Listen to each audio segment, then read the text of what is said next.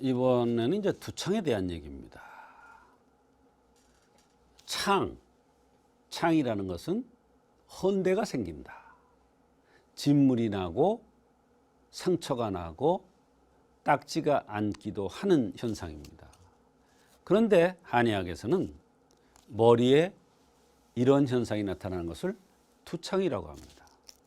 한의학에서는 어디에 창이 나느냐에 따라서 치료법이 다르고 원인이 다 다릅니다. 상체에 나느냐, 하체에 나느냐, 항문 주변에 나느냐, 입 주변에 나느냐, 얼굴에 창이 나느냐, 머릿속에 창이 나느냐, 등에 창이 나느냐에 따라서 다 다릅니다. 전부 다 원인이 다르고 치료법이 다릅니다. 사실 그냥 생각해 보면 아니 창이 나면 항생제나 뭐 이런 거 쓰면 되지 뭘 그렇게 심각하게 생각해? 근데 그렇지가 않습니다. 이 두창 환자들이 되게 많습니다. 머릿속이 헌대가 생기는 거예요. 머릿속이 이렇게 딱지가 앉았다가 딱지를 떼내면 진물이 나고 가려워서 딱지를 떼내면 진물이 나고 또 머리카락이 이렇게 진물이 나니까 축축해져 가지고 떡지떡지 앉기도 하고 이게 정말 소가 소똥에 앉아서 딱지 앉는 것 같이 머리가 그래요. 가벼운 사람은 머리에 비듬이 많이 생기고 뻘겋게 일어나고 이런 현상부터 시작되면서 이게 좀 더 심해지면 바로 머릿속이 헐고 딱지가 앉았다 헐었다 딱지가 앉았다 헐었다 진물 났다 이런 현상이 반복되는 것을 두창이라고 합니다. 두창 환자들이 많은데 샴푸나 뭐 이런 걸로 하면은 조금 덜하다 그래요. 그러나 반드시 원인이 있기 때문에 원인 치료를 해줘야 되겠습니다. 두창의 원인은 풍열입니다. 이 풍열이라는 게 뭐냐면 열생풍하죠.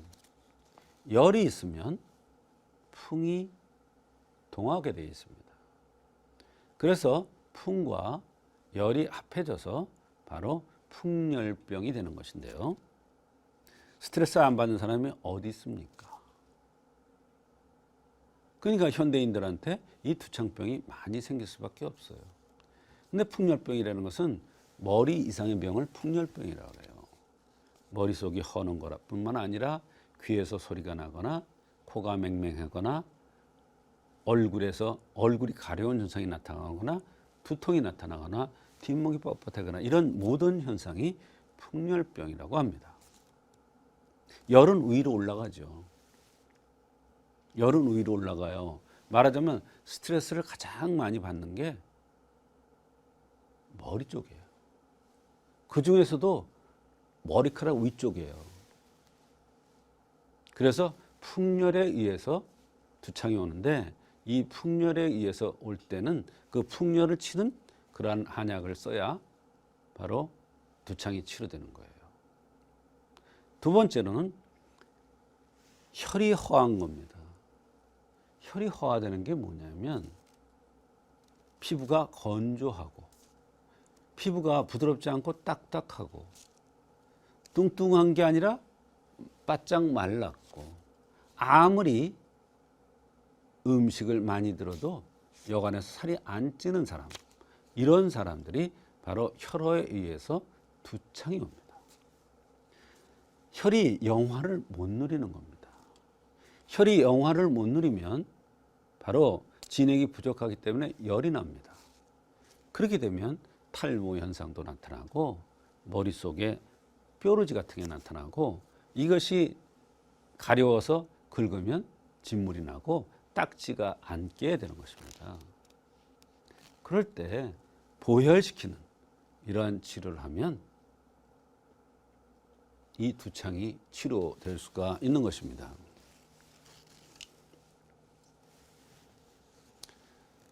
두창을 치료할 때는 풍열에 의해서 왔을 때는 방풍통성산이라는 것을 가감했었습니다.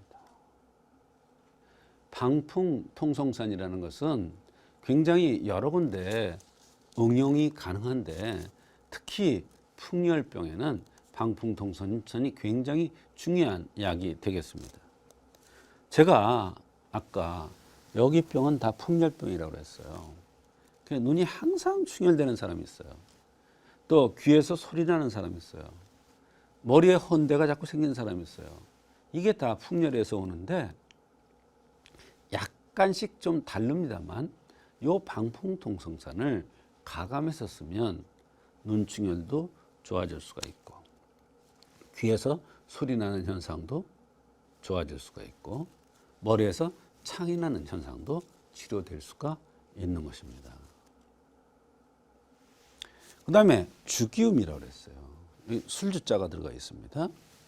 말하자면 혈이 허해서 두창이 오는 사람한테 주기음이라는 걸 씁니다.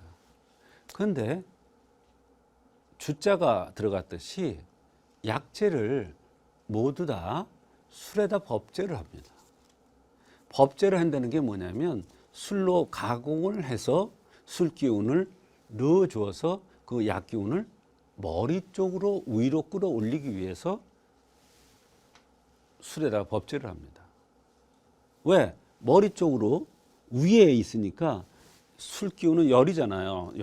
주독은 열이잖아요. 열독이라고 그러잖아요. 그러니까 위로 올라가는 거예요, 약 기운이.